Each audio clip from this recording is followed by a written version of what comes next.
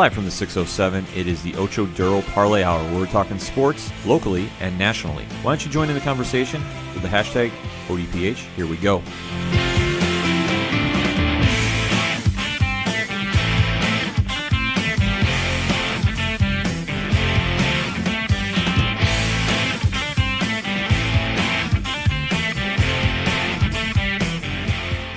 Welcome to another edition of the ODPH. I'm your host, Ken M., and sitting in studio is actually nobody this week, but live from South Bend, Indiana, is our favorite coach, your coach, my coach, the coach, Coach Duffy via satellite. Coach. Ken, can you hear me? Can you hear me? It's absolutely wild here in South Bend right now. Everybody is ecstatic that they are not playing Alabama and getting Clemson in the first round. Oh my gosh, I can only imagine how crazy campus has got to be right now in South Bend. Yeah, it's wild here. It's a madhouse. Drew Tranquil is winning awards left and right here. It's a great time to be in South Bend right now. Absolutely. We're going to be talking about that next segment, but we got to recap this crazy past week of the NFL. Coach, why don't you break down your locks and leaps for us? Well, I had for my lock the Kansas City Chiefs, who unfortunately did not cover, but still came out with a big W against Oakland on the road here, pretty much just lock up that division.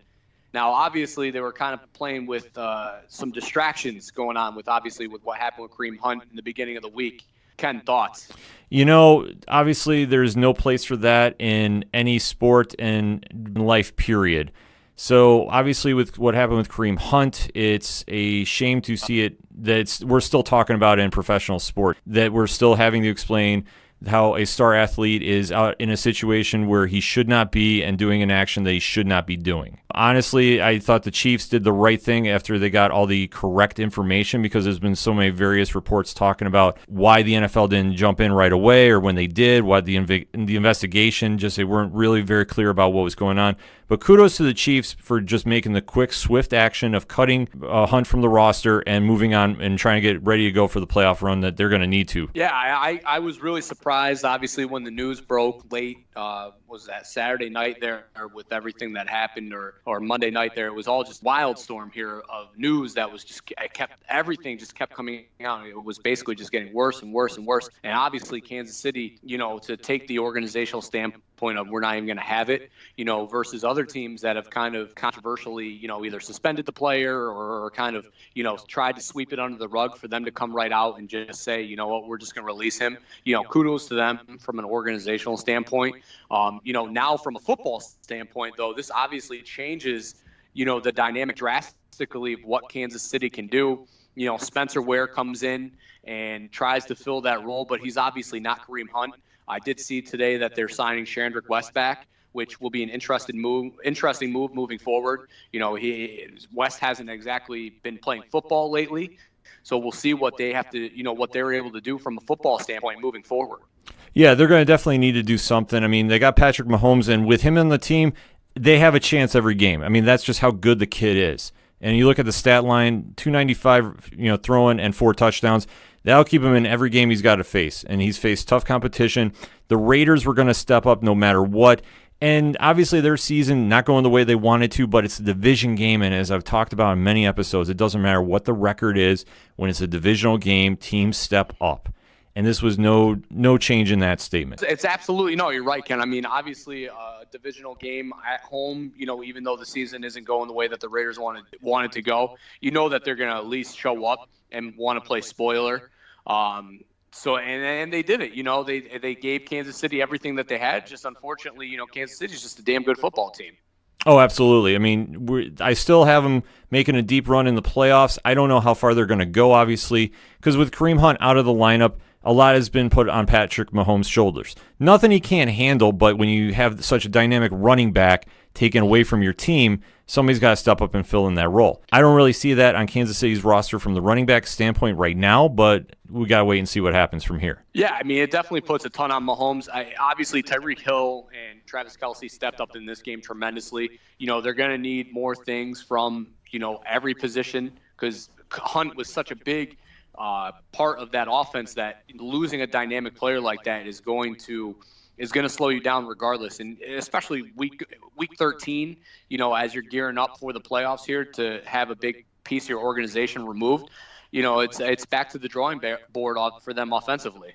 Right, and Andy Reid will come up with something. I have no doubt about that. Just how effective it's going to be moving forward, who knows? You and I went head-to-head on our lock and leap, and it looks like I came out the victor, to you the spoils, but even more so, Mike McCarthy out of Green Bay. Yeah, this one definitely, the more I'm hearing about this situation is just more and more crazy to me.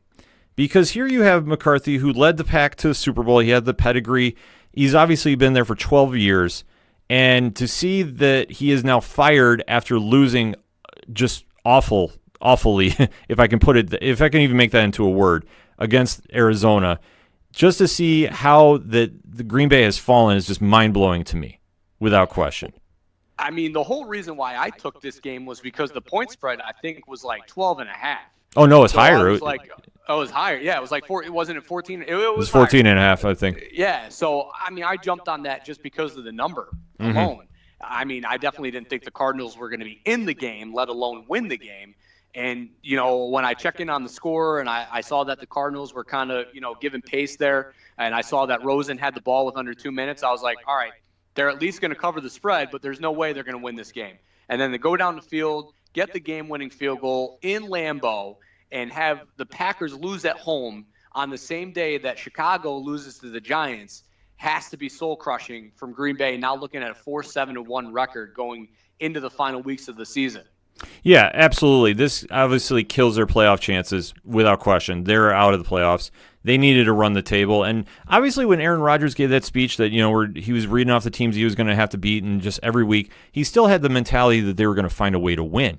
But obviously you could see in the body language of the players that they just seemed that they were turning out, that they were not – I'm not saying they were not giving 100% effort, but you can obviously tell there was a different team that stepped on the field this week. No, and obviously with that, it's like that's going to throw a curveball into everything, because if the team is not showing up, and obviously if they're not listening to the coach, and we're hearing kind of some crazy reports that Rodgers was changing plays that were coming in, obviously when you're having that big of a disconnect between your star quarterback and your head coach, you're not going to get any progress done, no matter who you have on the field. Yeah, and at the end of the day, the organization's always going to take the franchise quarterback over a head coach any day of the week. But, I mean, let alone the fact, obviously, as a Giants fan, Tom Coughlin getting let go a few years ago was, definitely a love-hate situation as far as the Giants fans go, because a lot of, you get 50-50 split on some of the fans who thought, maybe it was time for Coughlin to go, that the dictatorship had kind of lost its focus and it was time to get some new life in there. And then you obviously had the other fans that were like, this guy won you 2 Super Bowls, so you got to hold tight.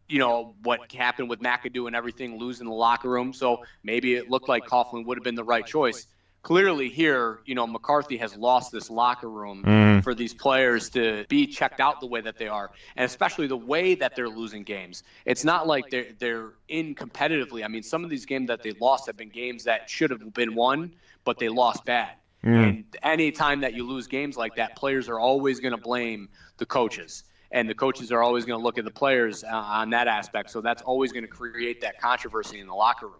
Yeah, without question. I mean, you take a look at Arizona, who's 2-9 coming in here, traveling to Lambeau, which the mystique of Lambeau Field is always a factor. The Packers needed this game, and obviously when it doesn't happen, you got to point to what went wrong. And if there's such a disconnect with the coach and the team, you obviously had to make the move. I know that it was kind of a highly debated subject. Was he going to last to the end of the year or not? But this is unfortunately where sports becomes a business, and if you're losing money and your product's not having any value, you have to do something drastic. If it was me, I probably would have let him stay the entire season, but if I was already saying it was this bad, I don't want to get it any worse, and then when you have Rodgers or certain free agents so maybe are taking a look at the team and seeing how they are handling the situation, this is a huge factor going forward. Yeah, I mean, not to mention all the things that were happening. I mean, this isn't the first time that we're hearing, of Rodgers and McCarthy issues. Obviously, this year, from their standpoint, has been very, butting of the heads here, because you heard prior weeks, that there was questions in the locker room. Rodgers in press conferences was, saying some things that obviously would have been pointing the fingers at the coaching staff, and this isn't a typical Green Bay style of how they were running the organization. I mean, Mike McCarthy and Aaron Rodgers went together like bread and butter. I mean, they were the two.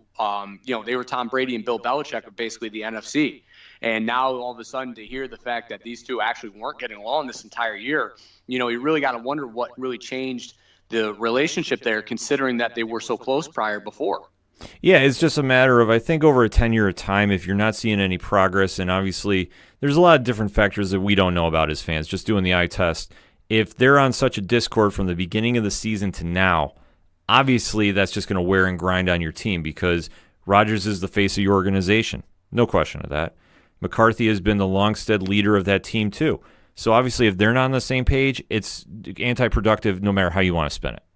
And to see where it goes. To see where it goes. Go ahead. To see where it goes from here. I mean, obviously McCarthy won't be out of the league for long. He's already been a hot named head coach possibly for Cleveland or some other teams that are going to be looking for a coach next season. And for whoever comes to Green Bay, it has to be somebody that's an offensive-minded, I would believe. But it's going to be something that the GMs there, or I forget, they have like a CAO. They don't have a GM in the position of the Green Bay Packers. They're going to have to figure out, okay, who's the best fit with Rodgers moving forward.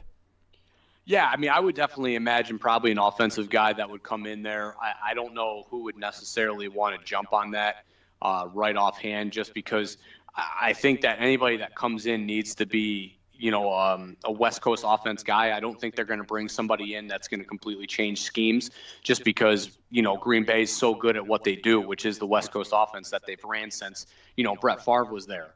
As far as McCarthy goes, absolutely. If I'm Cleveland, that's the first phone call I'm making as far as interviews go.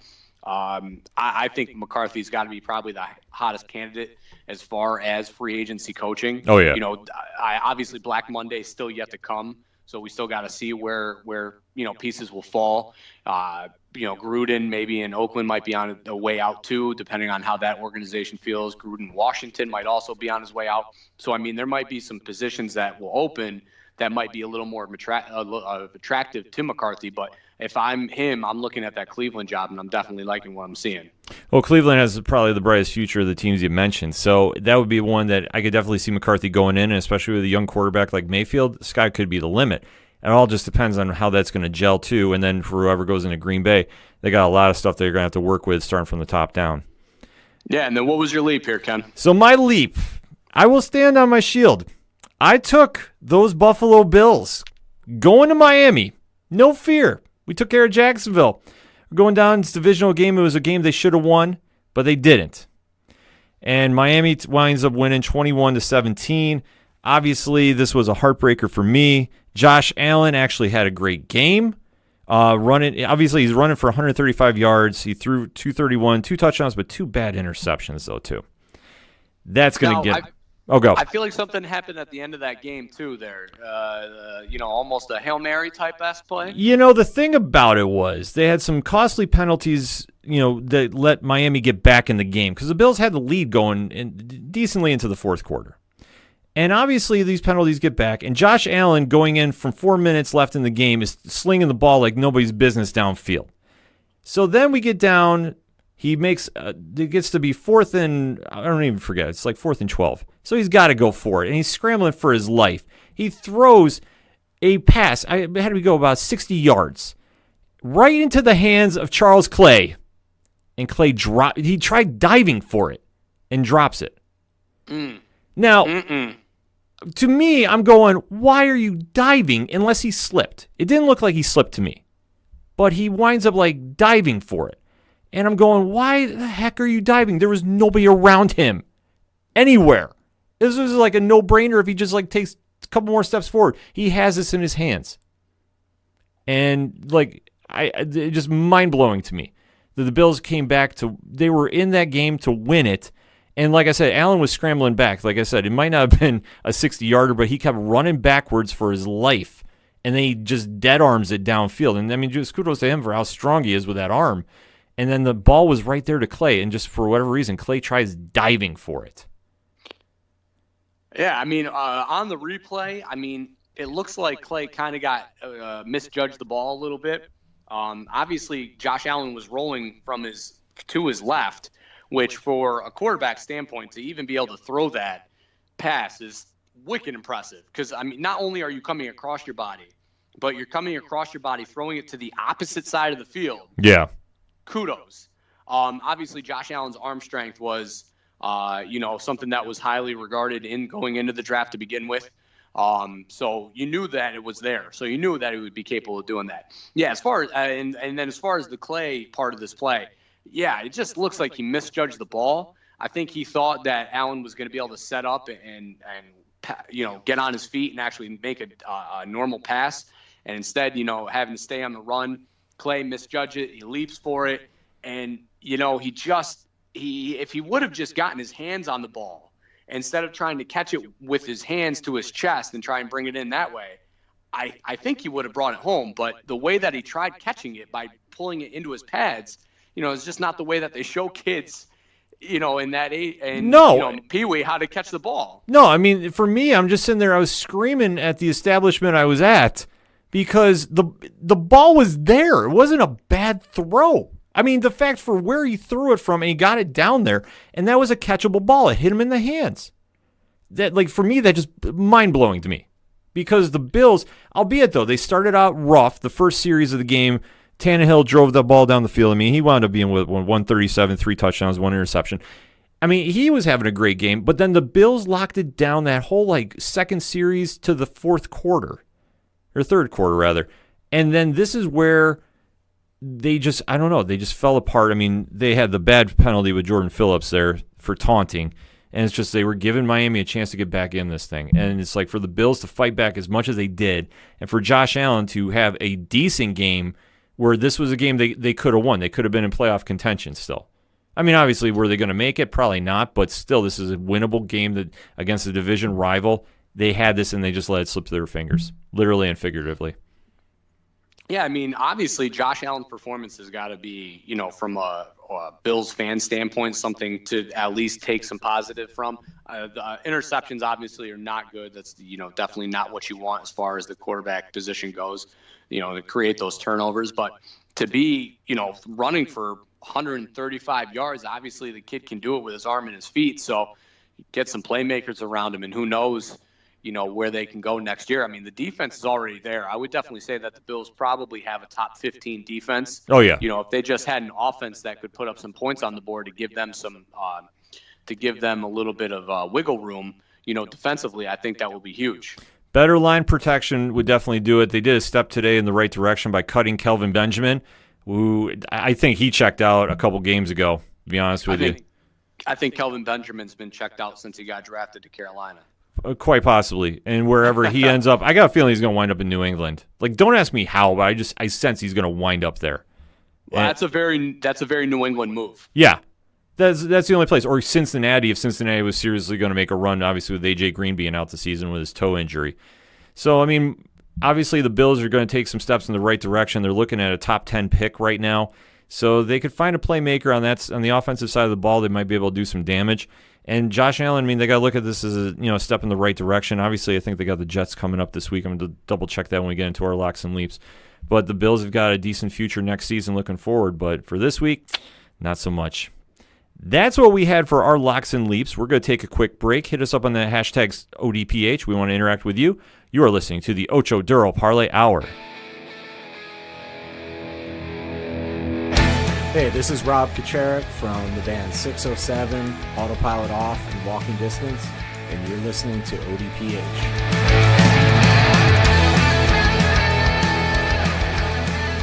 Coming back for segment number 2 on this week's ODPH. And like we said, Coach Duffy is live in South Bend, Indiana, home of Notre Dame. Coach, you want to break down the college football playoffs for us? Absolutely. So Sunday at noon, glued to the TV, wanting to see what was going to happen here. Obviously, some teams had, conference championships. Some teams did not.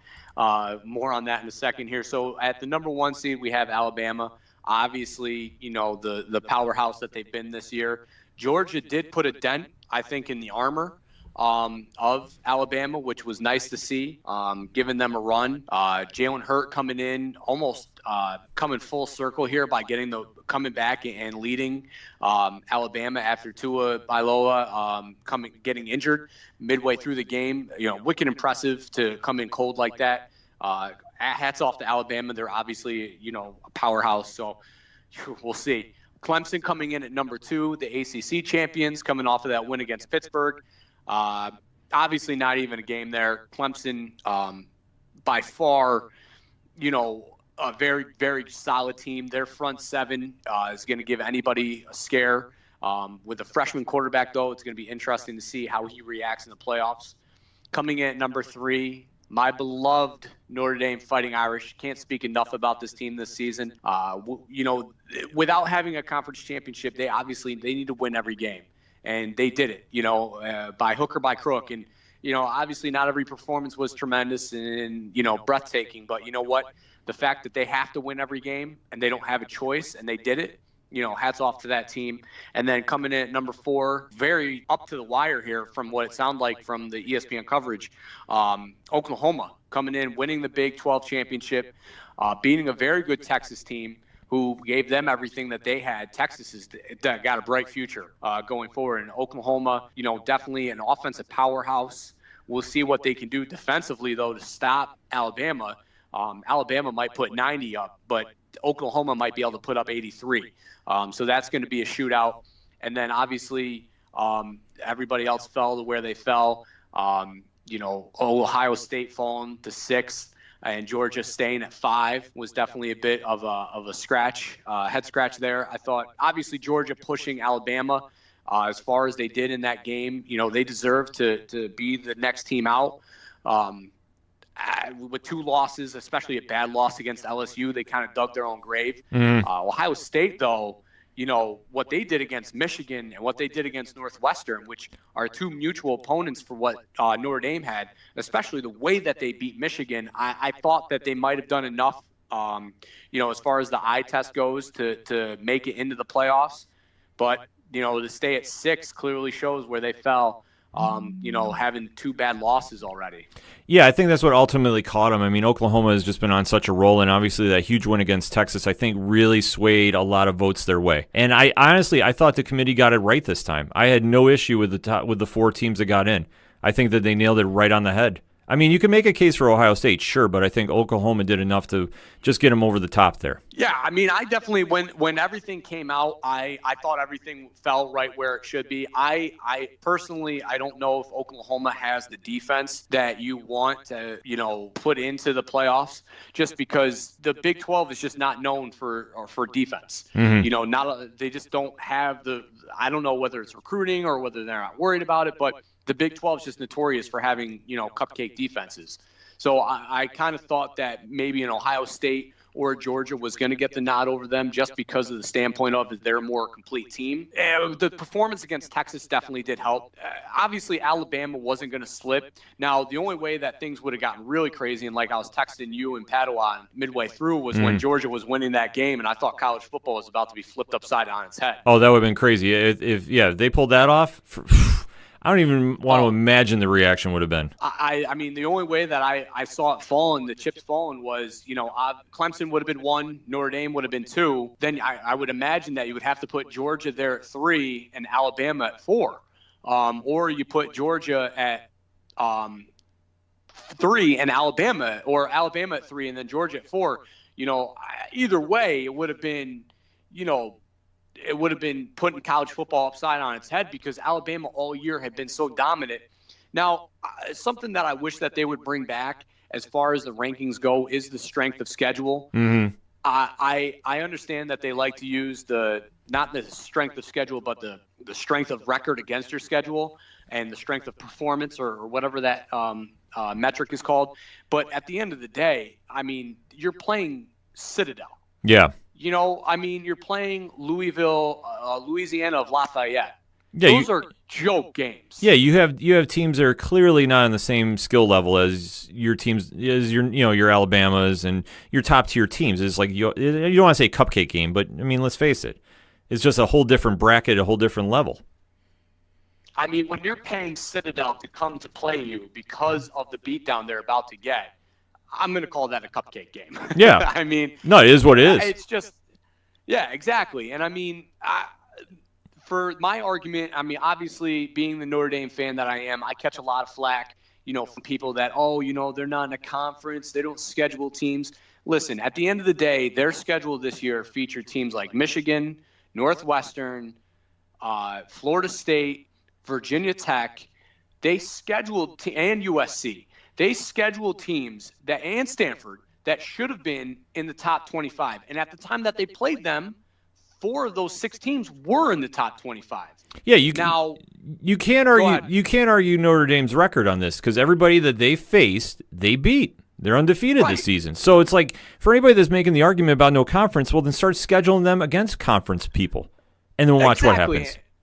And when you talk about, Alabama having the Citadels and Louisiana Lafayette, and then you look at the fact that Notre Dame had all the, basically a murderer's row, especially to start the year. Mm-hmm.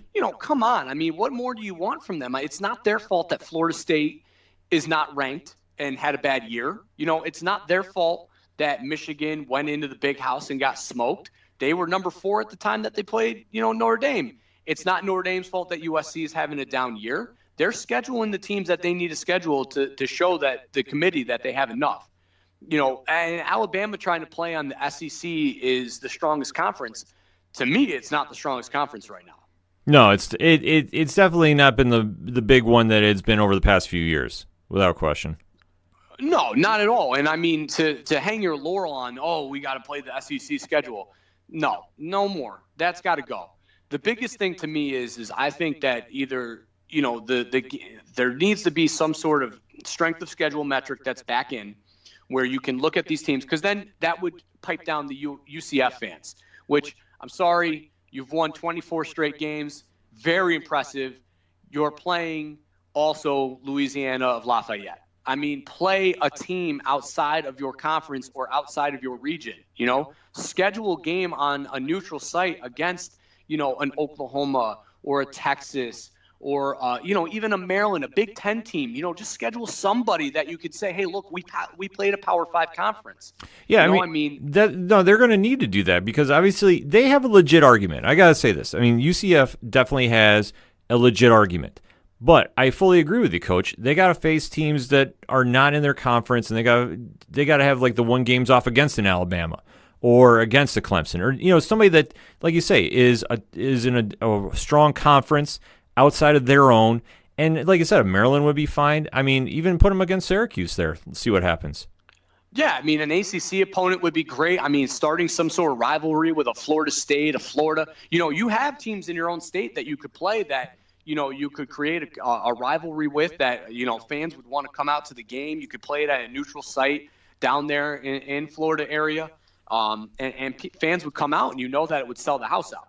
So for them to argue that, hey, we should be in the playoffs, all right, maybe you might deserve it, but at the end of the day, you just don't have the strength of schedule. You can't pass the eyeball test. Personally, for me, if we're going want to go predictions here, Alabama is going to run Oklahoma just into the ground. I don't think that that's going to be close. I think Alabama will take it to them. Oklahoma's defense just can't handle it. And then when you talk about Notre Dame Clemson, now I'm going to harp on this a little bit long, Ken. Like I said to you in that text message, if I go too crazy. Go ahead, brother. Yeah, go ahead. All right. I was talking to my wife, and when I said when they were doing the prediction show on ESPN, they were talking about the projected spread. When I saw that Clemson was 12.5, I turned before they did it. I go, if Clemson is double-digit favorites, I'm going to throw my remote at the television because that is ridiculous. And by God, when they came on and said that it was 12.5, I threw my remote down on the ground. I said, I can't watch this anymore. That is insane of a point spread. If I am a gambler, I am 100% taking Notre Dame to cover that spread. There is no way that game will be 12.5. Notre Dame's defense is so strong this year and played so well against so many teams that if you don't have confidence in them as a defense, you don't watch football and you just hate Notre Dame. And don't get me wrong, Clemson's a very, very good offensive team. But at the end of the day, Notre Dame's strengths are the things that Clemson is not very good at, which is passing the ball. Notre Dame's strength is definitely in the secondary, and it's also by getting run stoppage, which Notre Dame's front seven is also very good at. And Clemson, while they do average, 5.5 yards per game or somewhere in that nature, Notre Dame's front seven is very, very strong. Defensively for Clemson, though, is where I am scared as a Notre Dame fan because their front seven is very, very good and going to be the best front seven that Notre Dame's played. Notre Dame's offensive line is not great. It's not last year. It's not Quentin Nelson. It's not Mike McGlinchey. It's Tommy Kramer and it's Sam Mustipher. Not as good as last year. I like this game as a Notre Dame 3-point victory. Okay. I said it. 3-point victory, everybody. Lock that in, folks. He's taking that as a lock. You know, I got to say this, too. I have to agree with you. I thought the point spread was a little crazy. I would have gave Clemson a 7-point favorite. I figured that would have been fair.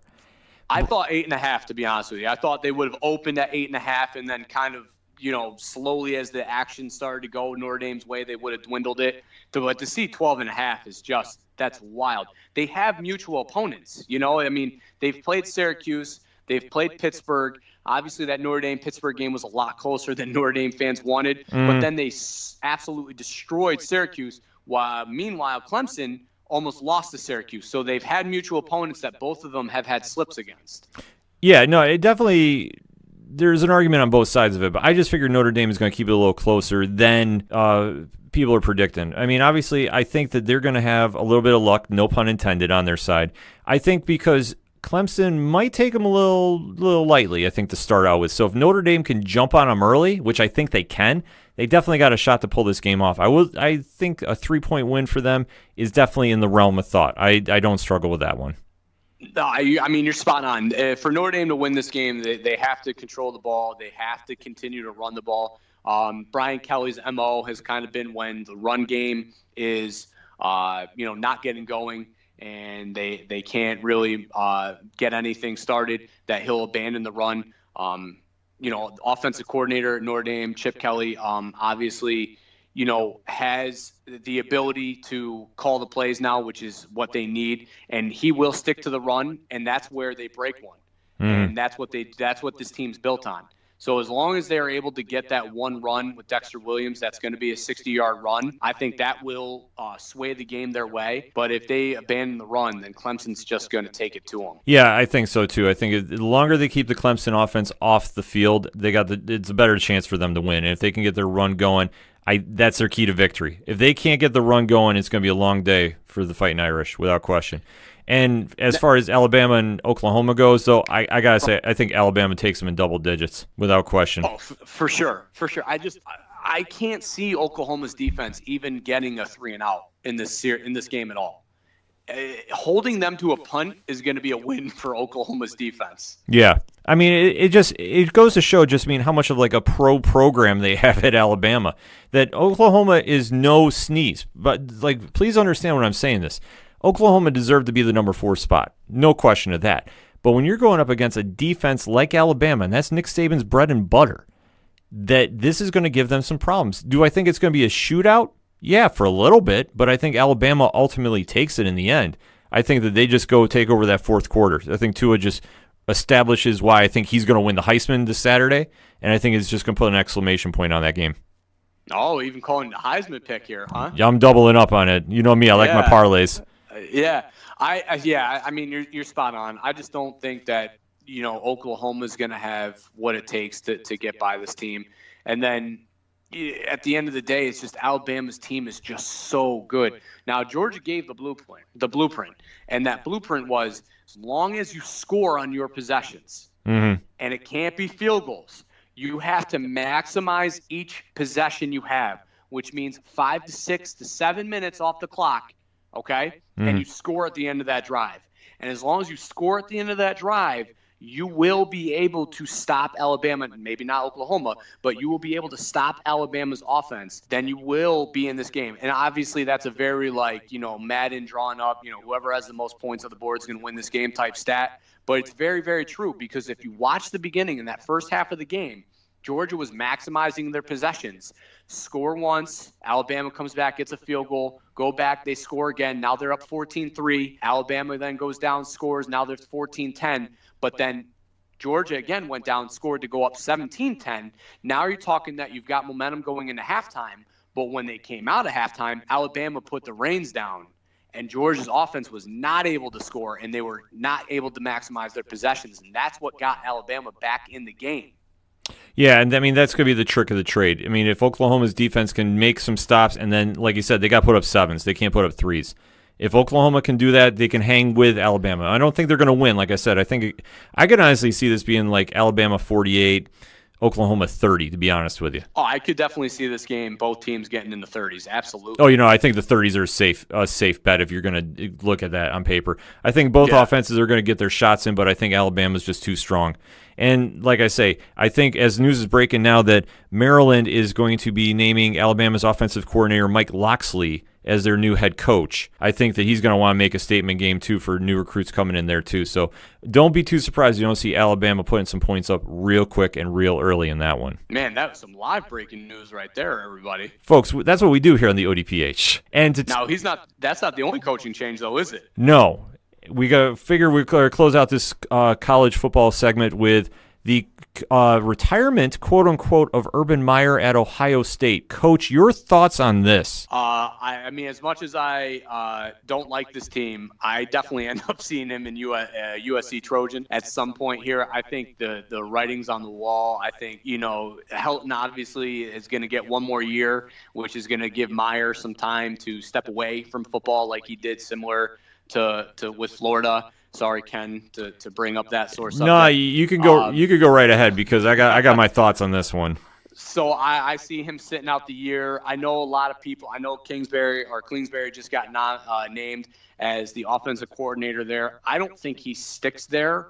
I don't think that his style of offense is something that the UFC alum and booster or USC's boosters are going to want there. It just doesn't bring in the same level of talent that, an Urban Meyer can recruit. And at the end of the day, I think Urban Meyer's resume alone will speak to itself. So that's why I think that it's an attractive job for him. He's already said how much he loves the Rose Bowl, how much he would love to be in Pasadena. So it's an attractive standpoint for a family, to go there. It's warm, which will help the headaches that he has.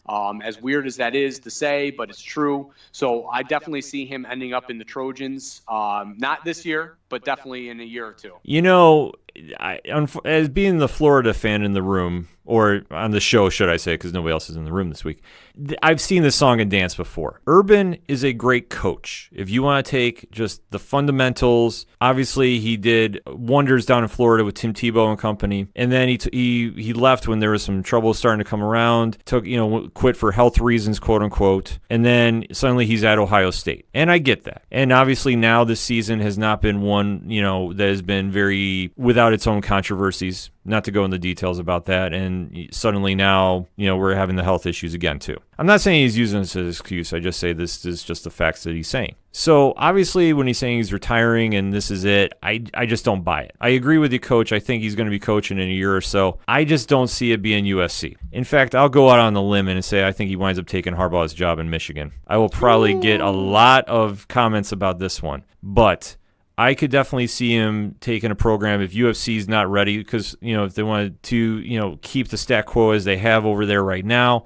I mean, Urban going anywhere, he's going to be a big-name coach, and he wants a big-name program. Will he go to USC? I could see it happening, but I think that if he has a chance to get another big-name school like a Michigan that's ready now and could make the right amount of, the right deal for him, I could see that happening. And I kind of do. I don't see him heading out west for some reason. But wherever he ends up, he's definitely going to be coaching. And obviously, you can have your differing opinions of him. And like I said, this season has not been one without its own controversies. I don't want to get into it, but obviously, he's retiring again for health issues. So if he is, I'm hoping that he takes care of his health first, because that is what's most important. So I just don't want to see this turnaround and then suddenly he's coaching again. Yeah, I mean, to me, it's wild that it's, this has kind of been an MO and trend. Mm-hmm. And it was the same thing at Utah, too, because when he was leaving Utah, there was starting to be some controversy building around that. And then he ups and leaves for Florida. Obviously, the Utah controversy didn't really stick like it has, with the sanctions that came to Florida after he left, and, whatever happens with Ohio State when, that's all said and done. But no, I mean, it's definitely, a track record there. And for me, if I was a college, something that would throw up a red flag that, here's this guy, he comes into your he comes into your school, he recruits, he wins, but then the first moment that controversy strikes, he's basically walking out the door and he's leaving you to clean up the mess. Yeah. And look at Florida right now. I mean, they still haven't recouped, from what happened to them. So who knows where this will land as far as Ohio State goes. I mean, obviously Haskins and Bosa are going to be two players that are already leaving for the draft. So I know they named the offensive coordinator now the head coach. Mm-hmm. He's basically got to pick up a pile of burning bush here and start to put out these flames. And that's tough for a first-time head coach to have to do right away. I mean, literally his first day, January 2nd, is not going to be recruiting trips. It's going to be having to deal with whatever comes from the controversy surrounding Urban. Yeah, I mean, that's the thing. It's just, would it be a fair assessment to compare him to John Calipari in college basketball? I would say probably a yes and a no, just because while there is the controversy around Calipari, nothing's really stuck to him.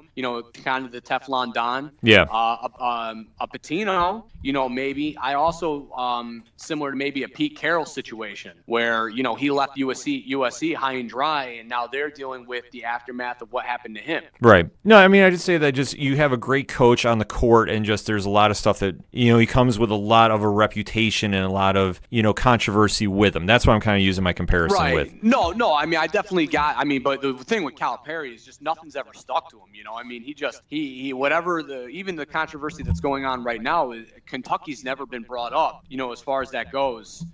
With the one and dones right now, he's just recruited him, whether it's been honesty or not. His name hasn't been brought up. Krzyzewski's name has been brought up before Calipari's. So that's something that's interesting there. But no, you're absolutely right to compare him to these coaches that in the basketball world that are doing things kind of backdoory-ish. I just think that it's very it's just wild the fact that it's been 3 schools now, 3 exits, 3 different controversies, all surrounding one individual. Yeah.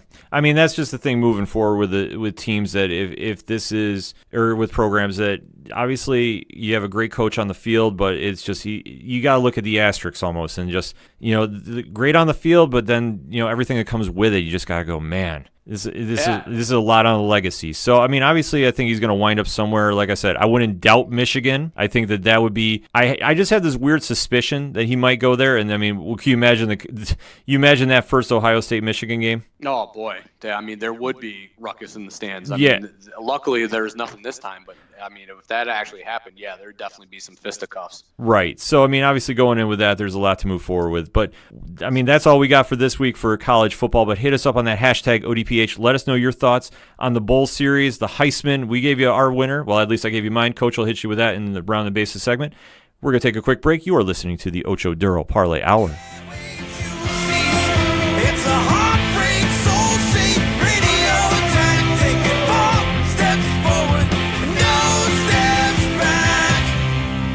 Hey, this is Vince the Common Man Ciatoy, local MMA fighter, telling you to keep on listening to the ODPH, the 607's up-and-coming newest podcast.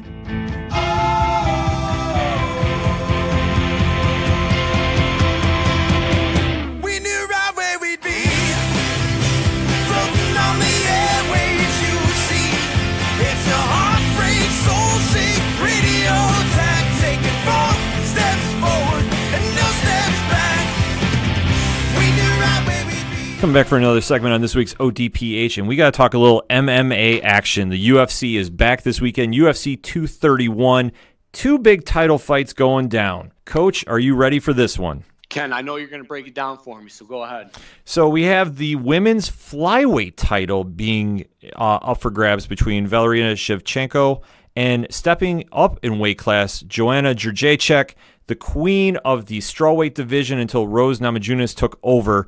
Obviously, this one is going to be straight fireworks. Coach, do you have any feelings on this one? Well, obviously, I mean, as been documented before, coming up in a weight class can be difficult to do, especially, going up entire weight class.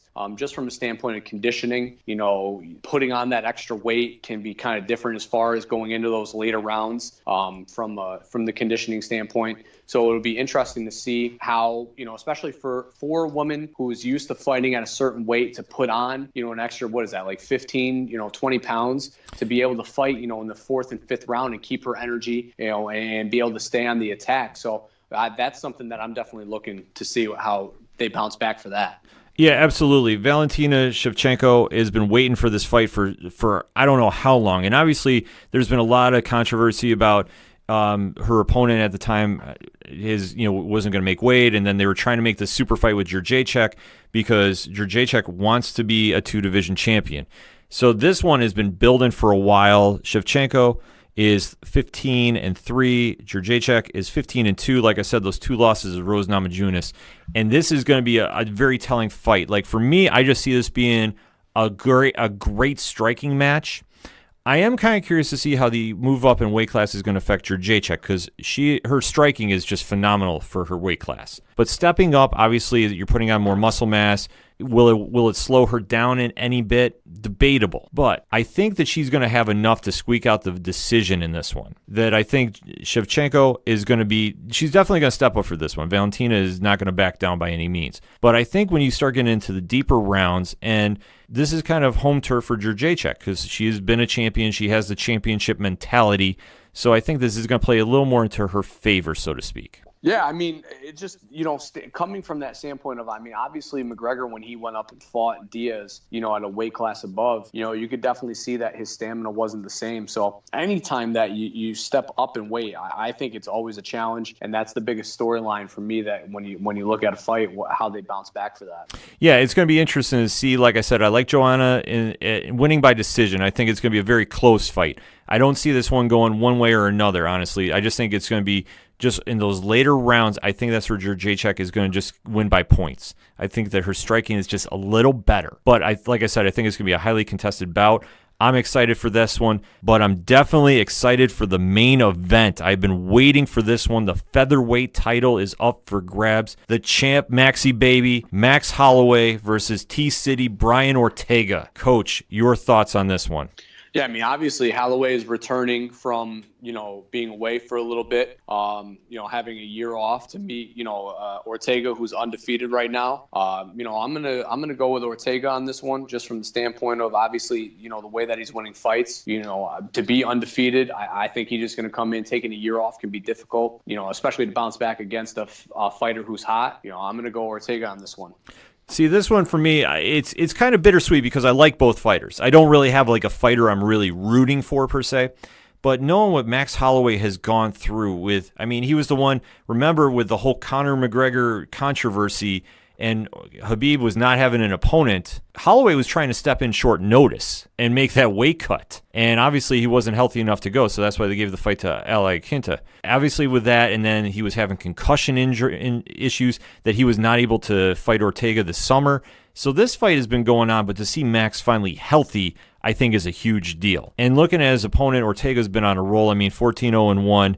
And obviously, if you get in that third round, that's where he usually finds a way to get the submission. Like something just clicks in that third round. I think in this one, though, if I'm doing the eyeball test, I'm gonna say Holloway, and here is why.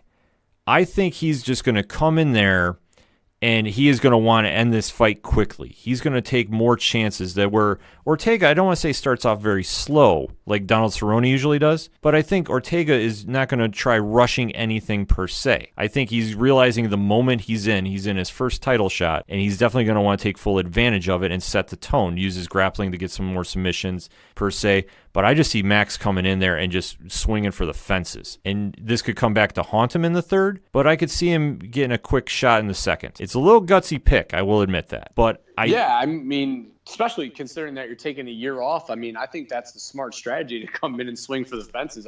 I definitely wouldn't be trying to make this a later round fight just for the fact that it's your first fight back. Right, and this is what I think he needs to do. I think he needs to get something to build his confidence in. Because I think if he goes to deep water, he's going to be in trouble. Like the fact that this goes past the third round, I would start banking on Ortega to pull this off. It's just he somehow finds a way to get it clicking in the third. And obviously he's never been to the fourth and fifth rounds. Max has, like I said, he's been in the spotlight before. He's faced Jose Aldo and he's done well. He has gone to great lengths to get back in condition where he's finally looking healthy. Because if you've seen him this past year, he wasn't. I know there was a UFC tonight that he just looked out of it. And I know that they've been showing that in the highlights building up for the fight. Just to see him back healthy is a scary thing for anybody facing him, because for him, he's going to be so amped up to go. And he knows that he needs to win this. Like, for his legacy, I'm not saying he's going to be tarnished by any means if he loses to Ortega, but I think for him to come back after everything he's gone through this year is huge. And I think he does it. I think he just has that will that he wants to win and say, you know what, this past year was awful, but I'm still the top of the 145ers. And this division still runs through me. Nothing against Ortega by any means, because Ortega I could see moving up to 155 at some point too. Yeah, I mean, I just, to me, the storyline is definitely the year off. GSP's shown that you can, take time off and come back in and win a fight. So while I don't think that that's necessarily the blueprint, it's shown that it can be done. So yeah, I think Holloway obviously has a boxer's chance, or fighter's chance, quote unquote, to win it. It's just, I think if it goes into later rounds, you don't have the conditioning when you haven't fought for a year. And with seasoned or not seasoned, pushing that 4th and 5th round cardio wise, it's either you have it or you don't. So, or you've been in it or you haven't. For a year off, that's tough to bounce back from. It's going to be something definitely to watch. UFC 231 will be on pay-per-view this weekend, so definitely make sure to check it out. Hit us up on that hashtag ODPH. Let us know your thoughts on the fights. It's going to be an exciting card, folks. We want to know what you're thinking. We're going to take a quick break. We'll be right back. Hey, this is the King of Lisle, Luke Visengard, Gladius 205 champion, and you're listening to the ODPH.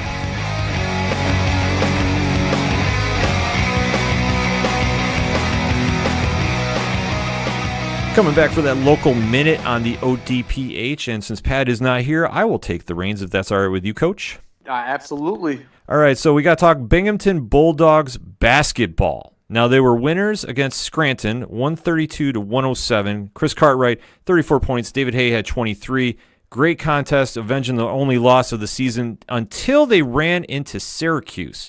Now, they faced the Stallions, who are now the number 1 ranked team in the ABA. Wow, I saw that they were ranked 3rd before going into that game. Yeah, before we jumped on air, I took a quick look at the standings, and they had them bumped all the way up to number 1. So wow. Losing to the number 1 team is not too bad. Syracuse Stallions are 7-0 this year, and they had a very hard-fought game against our Binghamton Bulldogs, losing 132-124. The Bulldogs, though, showed a lot of heart, and in fact, the game was being shown on Facebook for a little bit, and they got the deficit down to 6, I believe, with only 4 minutes left in the fourth quarter. A lot of that is due to Chris Cartwright, the heart and soul of that team, who dropped 45 in the loss, who really stepped up to take over. David Hay had 24 as well. The Bulldogs are now ranked 9th, 7-2 in the ABA, though they are traveling to Rock City on the 8th, but they are welcoming the Baltimore team to the DP 2.0. We still got to figure out a name for that. Jimmy Evans needs to come back on the show and give us the official name of the new Bulldog Stadium, I guess we should say. But we're going to be facing Baltimore at Davis College on December 9th. More information, binghamtonbulldogs.com. So always a good time going to the Bulldogs. And the Binghamton Devils, though, for AHL hockey, after 24 games, are 10-11-3. They did have a shutout win against Rochester on Saturday, but they did lose to Hershey 6-3. But that is not the big story of that game, Coach. Do you know what the big story is? Because I know you're traveling, obviously celebrating with everybody at Notre Dame. I saw some viral videos. I think Binghamton might have been famous again for all the wrong reasons. They might have. Well, this one actually is an all right one. They one thing that has become very popular in at least the American Hockey League, I've noticed over the past couple of years, is a teddy bear toss. We've had that here in Binghamton for quite a while, and it was Hershey, the hosting team, who did, which is after their first team scores a goal, fans are encouraged to bring stuffed animal or stuffed bears for the holidays and throw them on the ice. Well, Hershey outdid itself. So kudos to you fans that are listening down in Hershey, who wound up having thrown a total of 34,798 teddy bears in that game. Oof. The video is viral. You can find it on NHL's Facebook, which I have seen numerous times, and it is a sight to see. You can find it on other social media. So obviously, if the Devils have to give up a goal, they gave up a right one for a right cause, albeit, though, giving up 5 more did not help, and I believe that is the one that they were struggling with on the power play, if I'm not mistaken. But the boys will be shaking that off. They got a 3-game stretch this weekend, traveling to Syracuse on the 7th, home for the Binghamton Devil teddy bear toss on the 8th, and traveling to Springfield on the 9th. BinghamtonDevils.com for more information. Coach, what do you say about getting into those locks and leaps, shall we? Yeah, absolutely. Let's lock and leap it. All right, so Padawan J could not make it in this week, so he did text his in, though. He has taken as his lock those Los Angeles Chargers who had the come-from-behind gutsy win against Pittsburgh this past Sunday. Obviously no Melvin Gordon, which hurts, so I'm hoping he's back next week, but for fantasy purposes, that is. But they are going to be facing the Cincinnati Bengals minus A.J. Green. They are 14-point favorites in that contest. Thoughts on that one, Coach? I mean, that's low-hanging fruit right there. Obviously, with A.J. Green down, Mixon's got to carry the load for the Bengals offensively, which I, for fantasy purposes, I am also okay with. Yeah, this is going to be definitely one that the Chargers, I think, are going to win. I don't know if they're going to cover per se, but they're definitely they got to win outright. They're one game behind the Chiefs right now in the AFC West, and they've came on right at the right time. And obviously this past week against Pittsburgh, which it was a gutty win to come back, but how the heck do you have 3 offsides on the final field goal for Pittsburgh? I mean, that's just soul-crushing. Mind-boggling. Yeah, I have no words for that one. I was trying to figure out how to segue that into the show this week, and I'm just like, I can't. I just can't. But for Pad's leap, though, he is on the Baker Mayfield bandwagon yet again. He has taken the Browns 1.5-point dogs to Carolina. Thoughts on that one, Coach? I mean, that's an attractive pick right there. Cleveland on the road. Baker Mayfield's playing really well. Carolina, obviously, probably one of the most inconsistent teams in the NFL next to the Giants. I like that pick. Yeah, I do too. I mean, it's going to be interesting to see. Pat is currently leading the Locks and Leaps, which you can keep track of on our Ocho Duro Parlay Hour Facebook page. If you haven't checked it out, definitely do so and give a like too while you're at it. So, Coach, how about your Locks and Leaps this week? My Locks and Leap, Ken, my leap is the Browns. I like that pick so much, Pat, that I'm going to go with it as well. It's 1.5 points. Cleveland playing really well. Carolina just inconsistent. I'm going to let that one ride. And then my lock, I'm going to do it. They've let me down before. They'll probably do it again. But with Mark Sanchez coming back to town or playing a New York team, I'm going with the Giants 3.5-point favorites against the Redskins. Wow. This one is the Giants should win. I mean, if Odell is playing quarterback, I would even say this should turn into a lock without question. But obviously, we're going to have to see what Eli's got to the table. But in all seriousness, though, the Giants had a great win last week, and now going into this one against Washington, hopefully continuing those winning ways. We'll see. Yeah, I mean, I definitely the defense was there. I thought they played. I mean, obviously Chicago with Trubinsky out isn't the same offense. But I thought they, especially with Chase Daniels in the game, I thought they played very well. Did everything they could to try and lose it. Yeah. Jack Rabbit, Janoris Jenkins made that clutch play at the end of the game to bat down that pass. The thing that's not talked about at that game-winning play was the pressure that the front four got on Daniels to make him have to throw that ball on 4th and 12 or 4th and 8. I think the Giants are not necessarily peaking at the right time, but they're playing well. So I'm going to take that 3.5 points. Nothing wrong with that one. So for my locks, no, I'm not taking Green Bay, who was favored to win last week and wound up losing 20-17. No. I'm not taking my beloved Buffalo Bills, who lost 21-17. No. I am going to jump on a bandwagon for this week's lock, and I am taking the Houston Texans, 4.5-point favorites against Indianapolis. Now, I'm going against my usual, idea of I don't like usually picking during division games.